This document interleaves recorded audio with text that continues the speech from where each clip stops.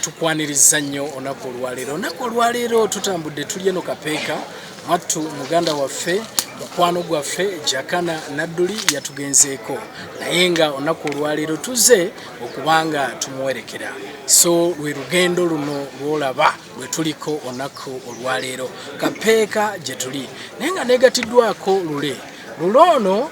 y'omu kwabo Jakana babadde ng'ayogerako mu interviews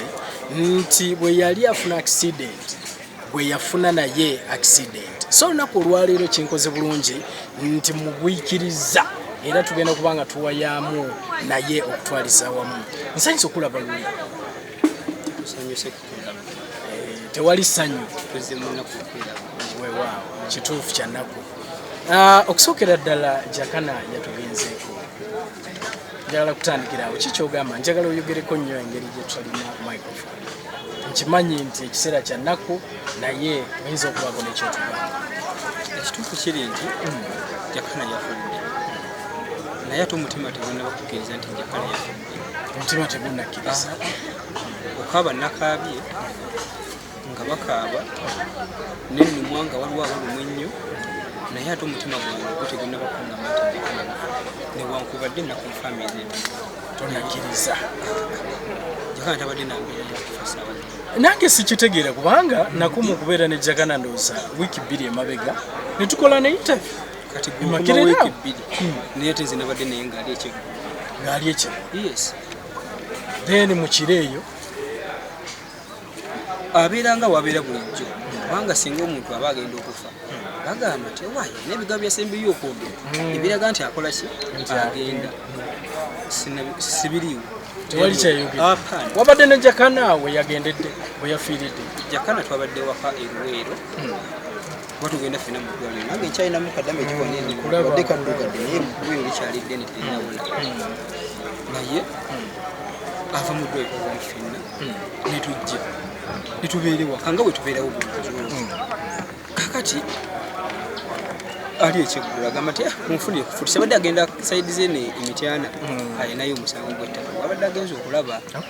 oza tutuukaawo mu kasenyi awo twalise kulenda kaseka waliwo engeri y'ekitoogo mugaba guyita batyo ogwo n'agamba naye omutima guganye n'akubira omukyala namugamba kuwulire kankere ekyakumaanyi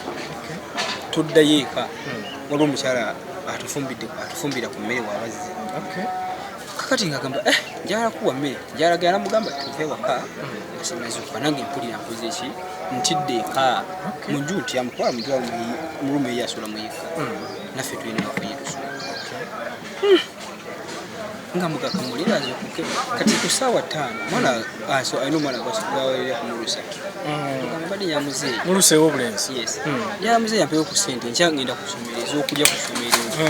agendayo nga yeebasa tyaka tumulinda azuuka kaddeyo ssaawa 6 tiwa tazuuka abadde ki babeerawo banyumya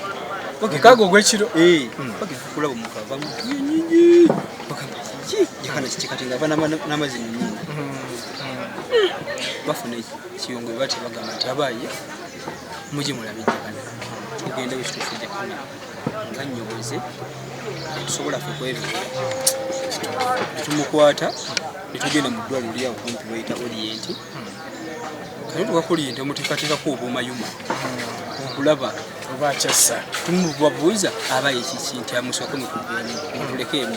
kati tukwate emmotoka n'omulenzi abadde amuvuga tugenda ewa muzeeyi baye tunatuuka natukubira essimu nti Jakana akoze eki afudde ewa muzeeyi ekikaali bakisiba nnyo nga tunaba bongo bukuba ssimu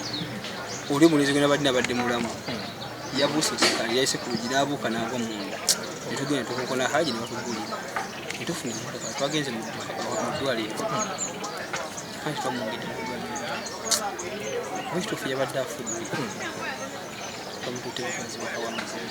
kibi kiki ekyaviiriddeko ddala mmwe kiki oyinza okuteebereza kubanga omusajja abadde mugumu nga tewali sayini yonna ayinza kulaga nti ayinza okutoka kiyinza kuba ki mukulaba kubanga tuwulidde olugambo wano nga bwomanyi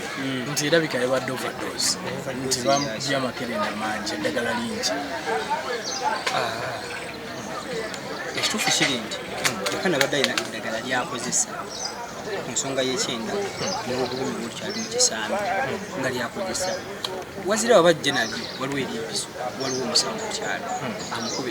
eddagala ye kennyini yakola ki yajja nalyo kisuubira kugamba nti gwe oli mulwadde ogenze mu ddwaliro n'ogamba abasawo muzijjanjaba bwemuti osanga singa omanyi tewandigenze yes ekya overdose ebigambo byabo osanga abadde mu mwagaliza okuba bwe bamukubye simanyi obucupa 16 bamubogera 18 bwobanga oli musawo osobola okikola sisuubira bwebanga yeddoozi nga kituufu 18 ye yabadde ddoozi naye nga si wekibadde kiri wali abantu abafa abantu abamu ne baseka osanga baagala oteekawo embeera eyo olw'ebigambo ebibaddewo bibadde bitambula wakati wa Jakana ne gavumenti osanga baagala okuteekawo ebigambo bifaanagana webiki naye nga tomusango tune tubogo bajjako accident bagiraba omusango temulina bwegumu bakumaliriza bamuwambye ani yamuwamba kitongole kya muntu bamaze mumuwamba tuvudde mu kumere tunabana kumaliriza misango gyabwe ate afudde katega gungamba overdose batamukuba luli bajja mukubyetera kale atulobo mulungi ndozo owulidde Lule gwe tuli naye bulijjo Jakana gwayogerako nga mutabani we eyalinnya piki ne bavuga ne batambula ne babanga bafuna accident bonna gwoli otya kati kubanga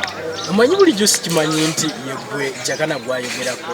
era newunyiza nnyo bwenkulabye nga n'okutuute kuli nga bwosanga ewakati butereevu naye nga sikimanyi nti yegwe bulijjo gwayogerako